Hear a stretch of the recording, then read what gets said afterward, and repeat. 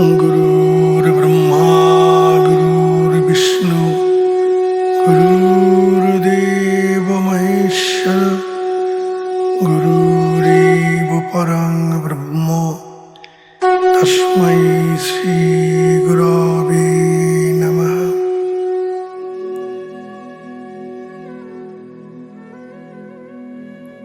जय गुरु जय गुरु जय যোগীরাজ জয় যোগীরাজ। পরম করুণাময় গুরুদেবের নামে শুরু করছি। পুরাণ পুরুষ থেকে পাঠ করে শোনাচ্ছি। দ্বাদশ পর্ব। যোগীরাজ অনেক সময় কবির দাসের নানা দোহা উল্লেখ করিয়া ভক্তদের অনেক তত্ত্বকথা বুঝাইতেন। কবির দাসের যে সাধন তত্ত্ব এবং যোগীরাজের যে সাধন তত্ত্ব তা প্রায় একই রকম দেখা যায়। সেই জন্য সে সময় জনশ্রুতি ছিল যে কবির দাসী উত্তম ব্রাহ্মণ কুলে এই দেহে শ্যামাচরণ লাহিড়ী রূপ অবতীর্ণ হইয়াছেন। এ বিষয়ে যথেষ্ট তথ্য প্রমাণ পাওয়া না গেলেও তিনি স্বয়ং ডায়েরিতে এক জায়গায় লিখিয়াছিলেন, যো কবিরা সই সূর্য সই ব্রহ্ম সই হম, অর্থাৎ যিনি কবি তিনি আত্মসূর্য, তিনি ব্রহ্ম, তিনি আমি। আবার লিখিয়াছেন, যো কবিরা সূর্যকা রূপ সই অবিনাশী ব্রহ্ম সই হম, অর্থাৎ যিনি আত্মসূর্যরূপী কবির তিনি অবিনাশী ব্রহ্ম, আবার তিনি আমি। অপর জায়গায় লিখিয়াছেন, কায়াকে বীর কবির ইয়েনে শাসা। কায়া অর্থাৎ দেহ, এই দেহের প্রধান শক্তি হইল শ্বাস, সেই শ্বাসরূপী শক্তি হইল কবির। আর এক জায়গায় লিখিয়াছেন, সত্য যুগ্মে কবির সাহেব কা নাম সত্য সুকৃত, ত্রেতা যুগ্মে মুনীন্দ্র, দাপর মে করুণাময়, কলি যুগ্মে কবির। অতএব তাহার এই সমস্ত নিজস্ব শক্তি হইতে ইহা প্রমাণিত হয় যে ওই জনশ্রুতি ঠিকই ছিল। যিনি কবির তিনি শ্যামাচরণ। অবশ্য পরবর্তীকালে অনেকেই কবির শব্দটি জীবাত্মা অর্থেও ব্যবহার করিয়াছেন। তিনি যে তাহার অতীত জন্মের সমস্ত ঘটনা জানিতেন তাহার আরও প্রমাণ মেলে তাহার ওই ডায়েরিগুলি হইতে। যেমন এক জায়গায় তিনি লিখিয়াছেন, আমার স্ত্রীর পূর্বজন্মে ভগিনী ছিলে, তাহাতে আপনাকে ভালোবাসো, অর্থাৎ আমার স্ত্রী পূর্বজন্মে ভগিনী ছিলেন, তাহার মধ্যে নিজেকে ভালোবাসো। জয় গুরু। যোগীরাজ প্রতিদিনের ন্যায় সেদিনও নিজ কক্ষে ধ্যানমগ্ন হইয়া বসিয়াছেন। তিনি সাধারণত কাহার সহিত সকালে দেখা করিতেন না, কিন্তু সেদিন এক ভক্ত খুবই প্রয়োজনে তাহার সহিত দেখা করিতে আসিলেন এবং দ্বার হইতে তাহার ধ্যানমগ্ন অবস্থা দেখিয়া সেখান হইতে তাহাকে প্রণাম করিয়া নিকটেই দশাশ্বমেধ বাজার করিতে চলিয়া গেলেন। ভক্তটি বাজার করিতে করিতে হঠাৎ দেখিলেন অনতি দূরে তাহার গুরু মহারাজ যোগীরাজও বাজার করিতেছেন। ভক্তটি ভাবিলেন তিনি হয়তো ভুল দেখিতেছেন। ভালো করিয়া দেখিলেন, না, ভুল নহে, ইনি তাহার সেই আরাধ্য গুরু মহাত্মা শ্যামাচরণ। কিন্তু মন অত সহজে মানিতে চায় না। তাই তিনি সন্দেহ দূর করিবার জন্য পুনরায় গুরুগৃহে গমন করিলেন। পৌঁছা দেখিলেন পূর্বের ন্যায় তিনি ধ্যানমগ্ন বসিয়া আছেন। ভক্তটি তার ভুল বুঝিতে পারিয়া গড় হইয়া প্রণাম করিয়া বলিলেন, ঠাকুর, তোমার লীলা বোঝা ভার, তোমার লীলা একমাত্র তুমি জানো। আমার মতো ক্ষুদ্র ব্যক্তির তাহা জানিতে যাওয়া ধৃষ্টতা মাত্র। যোগীরাজ যে একই অঙ্গে বিভিন্ন স্থানে বিচরণ করিতেন এরকম বহু প্রমাণ পাওয়া যায়। সিদ্ধ মুক্ত সদা ব্রহ্মে যুক্ত মহাযোগীদের পক্ষে ইহা কোনো অসম্ভব কাজ নহে। যোগ দর্শনের ব্যাসভাষ্যে এই যোগজ কায়বুহের প্রমাণ ও যুক্তি দেখানো আছে। এক ভক্ত কাশীতে কয়েক মাইল দূরে বাস করেন। একদিন তিনি সপরিবারে গরুর গাড়ি করিয়া কাশী রওনা হইলেন তাহার গুরুদেবকে দর্শন করিবার উদ্দেশ্যে। মাঝখানে গাড়ির চাকা ভাঙিয়া গেল, আর গাড়ি চলে না। চালক বহু চেষ্টা করিয়াও গাড়ি সারাইতে পারিল না। ভক্তটি স্ত্রী পুত্র কন্যাদের লইয়া বড়ই দুশ্চিন্তায় পড়িলেন, কারণ কাশী পৌঁছইতে আরও ৩-৪ মাইল পথ যাইতে হইবে। আবার সন্ধ্যার পূর্বে না পৌঁছতে পারিলে দস্যু ভয়ও আছে। তাই তিনি ওই বিপদ হইতে উদ্ধার পাইবার জন্য তাহার দয়াল গুরুর নিকট আকুল প্রার্থনা জানাইলেন। এমন সময় হঠাৎ গরুর গাড়িটি টানিতে টানিতে চলিতে শুরু করিল। সকলে দেখিলেন গাড়ি বেশ চলিতে আরম্ভ করিয়াছে। এই অপ্রত্যাশিত ঘটনায় সকলে আশ্চর্য হইলেন বটে, কিন্তু সেদিকে আর কেহ দৃকপাত না করিয়া সন্ধ্যার সময় যোগীরাজের বাড়ির নিকটে আসিয়া উপস্থিত হইলেন। তারপর তাহারা গুরুগৃহে প্রবেশ করিয়া তাহাকে প্রণাম করিয়া এক পাশে বসিয়া পথবিভ্রাটের কথা গুরু সমীপে বারবার বলিতে লাগিলেন। প্রতিবারই যোগীরাজ বলিলেন ভক্তটি ভাবিলেন হয়তো তাহার গুরুদেবের দিকে খেয়াল না থাকায় তাহার কথা ঠিকমতো শুনিতেছেন না। তাই তিনি অধিক জোর দিয়া পুনরায় তাহার পথবিভ্রাটের কথা নিবেদন করিলেন। তখন যোগীরাজ বলিলেন, দেখতে পাচ্ছ না কত ঘামছি, একটু হাওয়া করো। কে তোমার গাড়ি ঠেলে ঠেলে আনলো? বিপদাপন্ন ভক্তের প্রতি গুরুদেবের অপরিসীম করুণার কথা ভাবিয়া ভক্তের চোখে জল আসিল এবং উপস্থিত অন্যান্য ভক্তগণ বিস্ময়ে স্তম্ভিত হইল। সংকটাপন্ন ভক্তদের নিকট নানাভাবে সংকট মোচন করিতেন।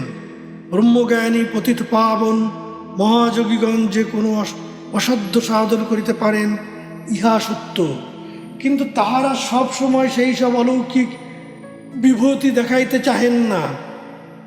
কিন্তু প্রয়োজন বোধে বা দীনার্ত পদাশ্রিত শিষ্যদের কাতর স্মরণে এইসব ঈশ্বর প্রেরিত পুরুষেরা পর দুঃখে কাতর হইয়া তাহাদের দুঃখ কষ্ট দূরীকরণের চেষ্টা করেন। যোগীরাজ তাহা বহুবার করিতে দেখা গিয়াছে।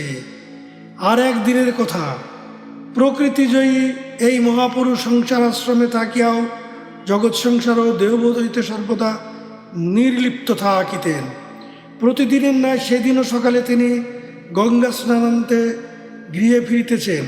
অতিমধ্যে এক ব্যক্তি বলিল, আপনার পা কাটিয়া গিয়াছে, রক্ত ঝরিতেছে। যোগীরাজ একখণ্ড কাপড় লইয়া ক্ষতস্থানটি বাঁধিয়া ফেলিলেন এবং যথারীতি বাড়ি আসিয়া আপন কক্ষে প্রবেশ করিয়া সমাধিস্থ হইলেন। কয়েক ঘণ্টা কাটিয়া গিয়াছে।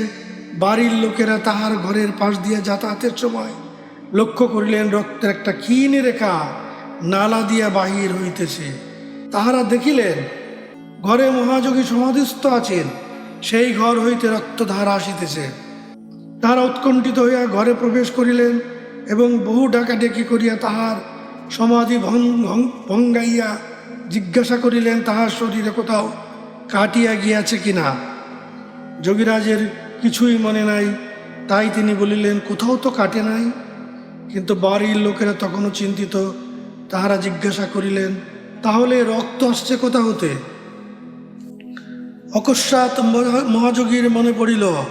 তিনি বলিলেন, গঙ্গা স্নান করিয়া ফিরিবার সময় পা কাটিয়াছিল, কিন্তু তাহা তো বাঁধিয়াছি।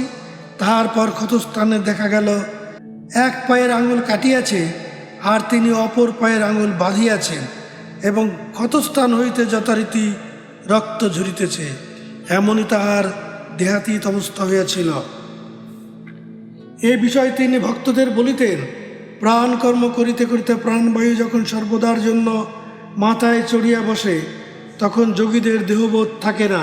তখনই যোগী কুটস্থ স্থিতি লাভ করিয়া যোগারূঢ় অবস্থা প্রাপ্ত হওয়ায় সদা ব্রহ্মে যুক্ত হন এবং জগৎ সংসার হইতে নির্লিপ্ত অবস্থা প্রাপ্ত হন।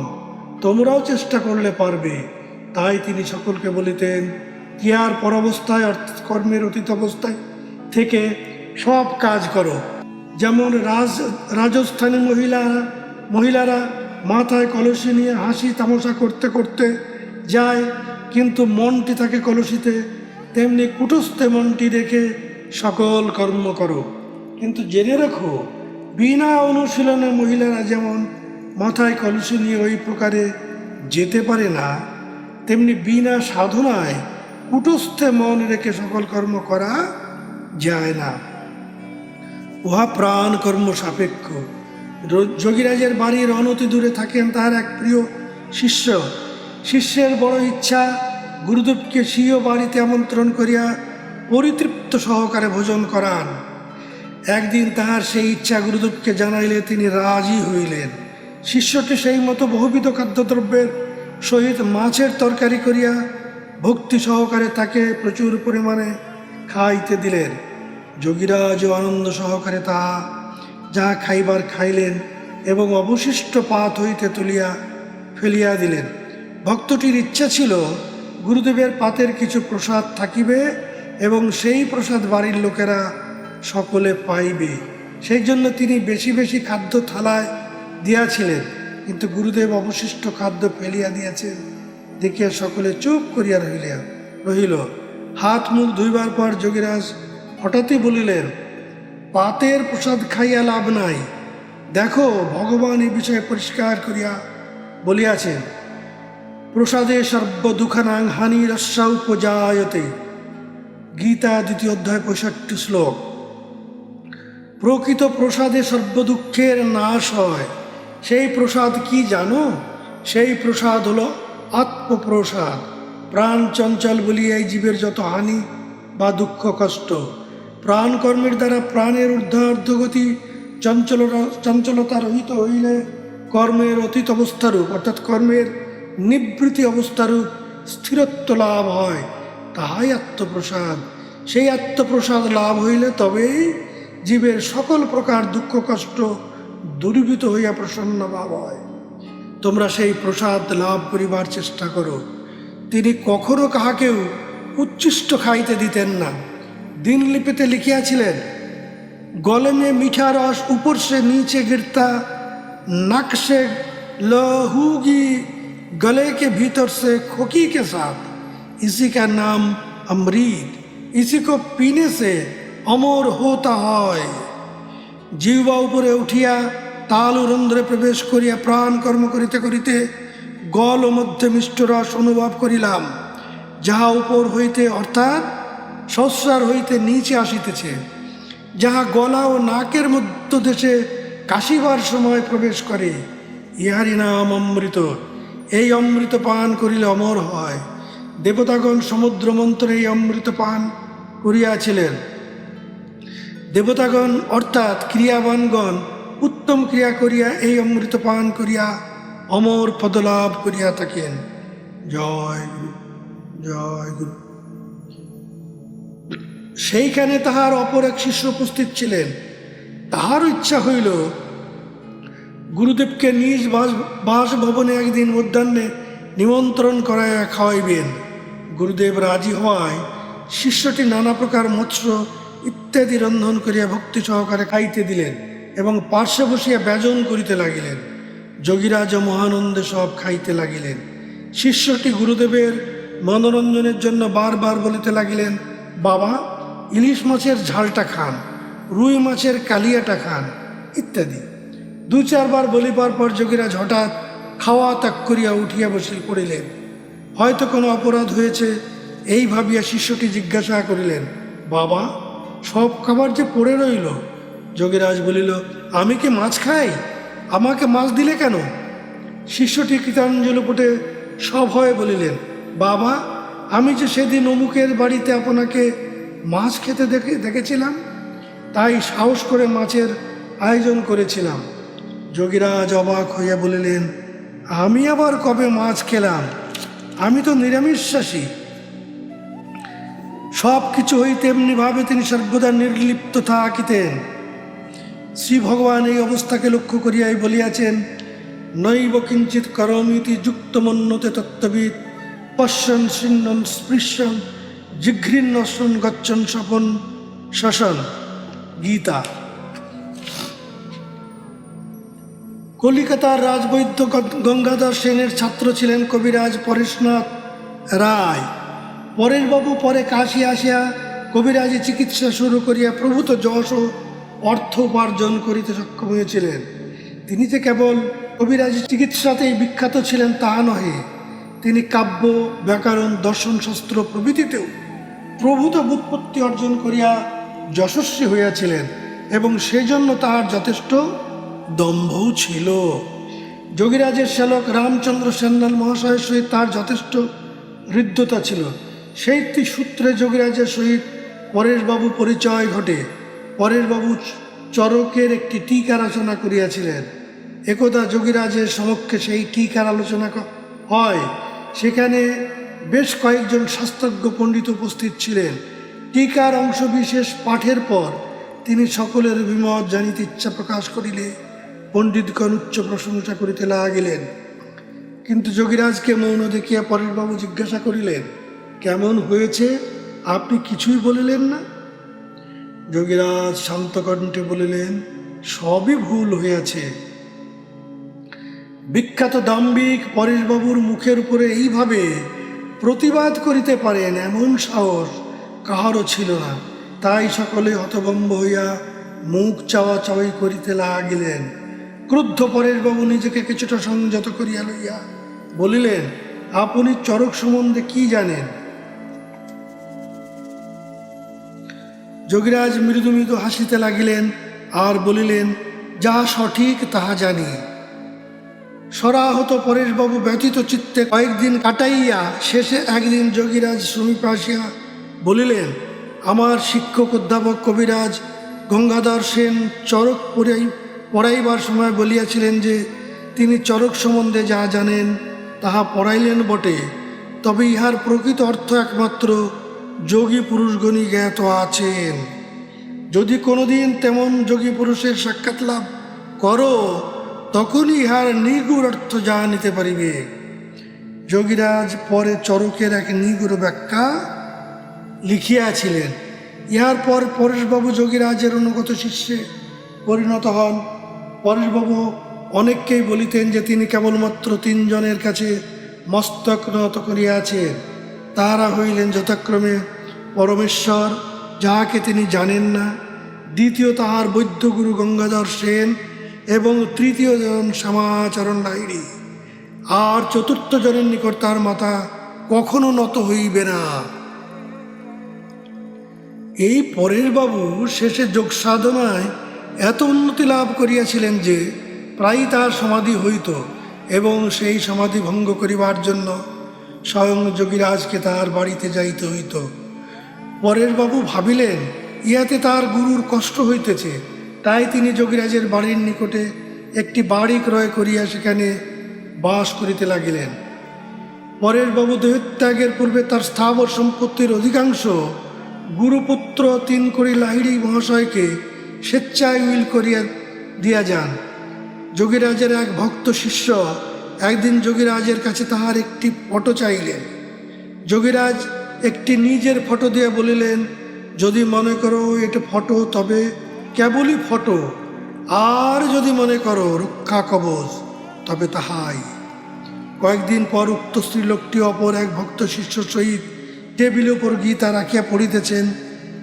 সামনে দেওয়ালে যোগীরাজের সেই ফটোটি টাঙানো ছিল।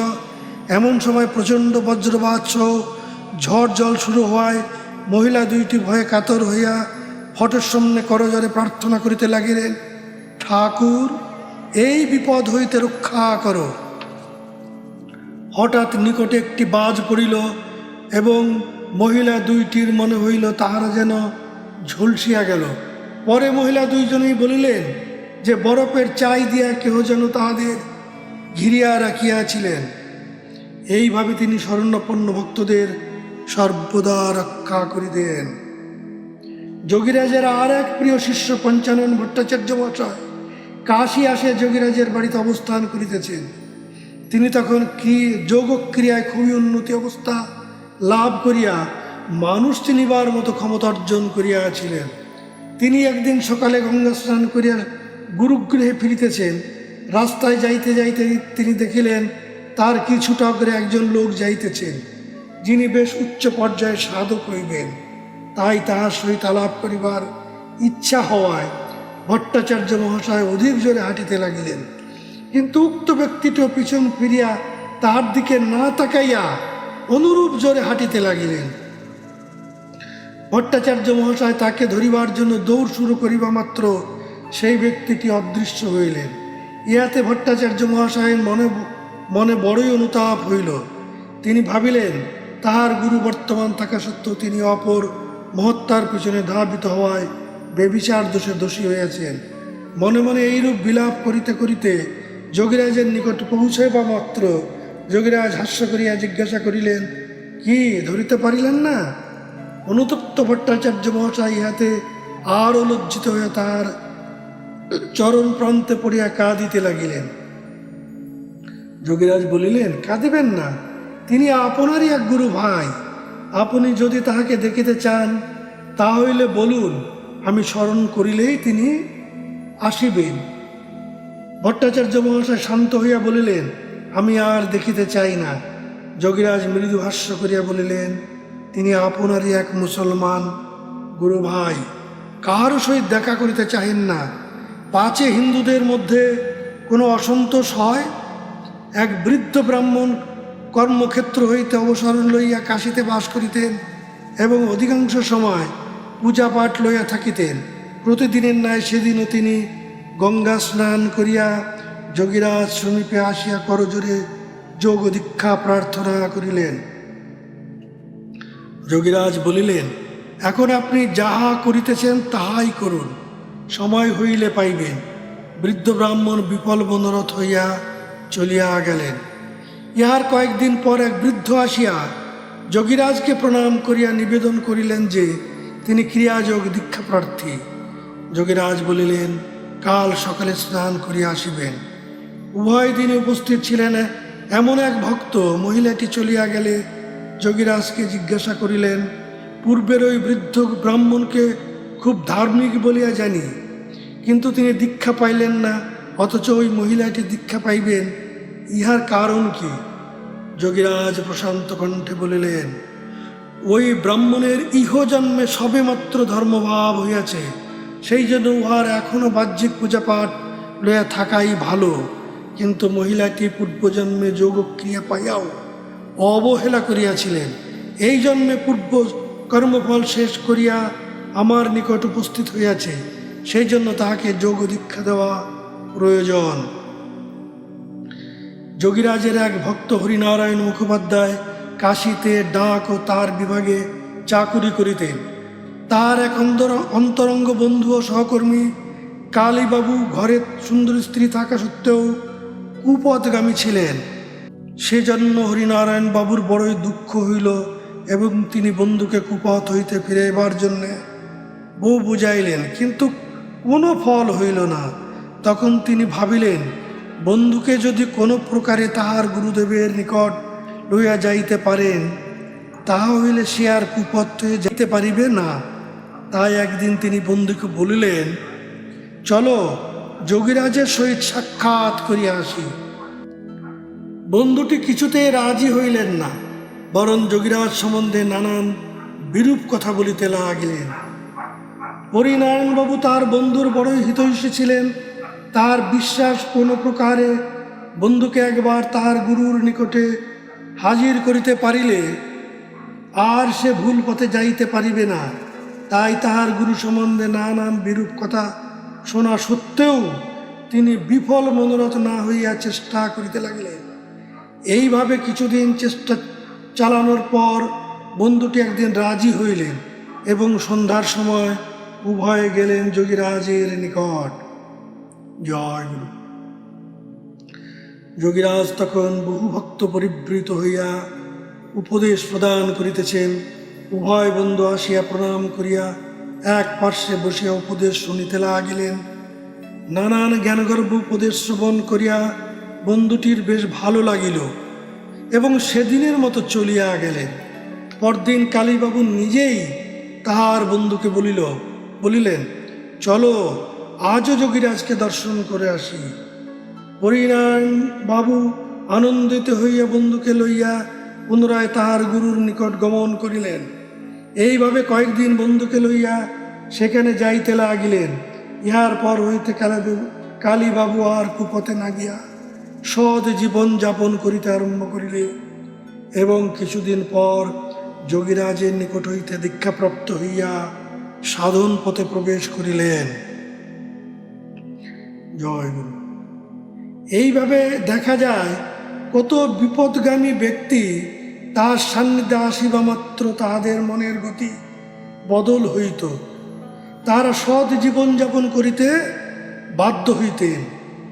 উক্ত হরিনারায়ণ বাবু বিখ্যাত ধ্রুপদ সঙ্গীত গায়ক ছিলেন।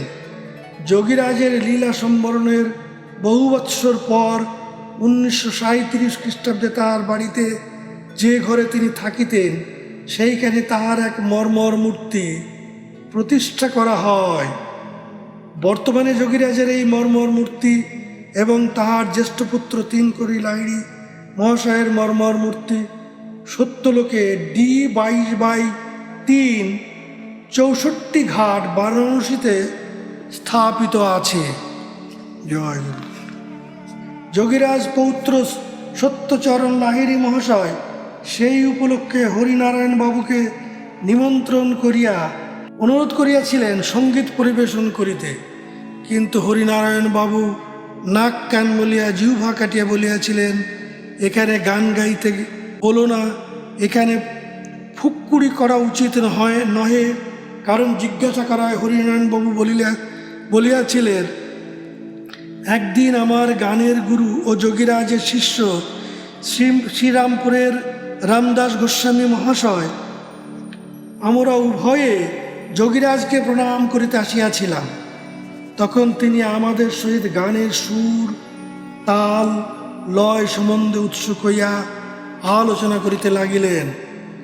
আলোচনা করিতে করিতে হঠাৎ তিনি মুখ বন্ধ করিয়া এমন কতকগুলি নাদ স্বরের ধ্বনি করিলেন যা আজও কানে লেগে আছে। সে সুরের কাছে আমার সুর কিছুই নহে।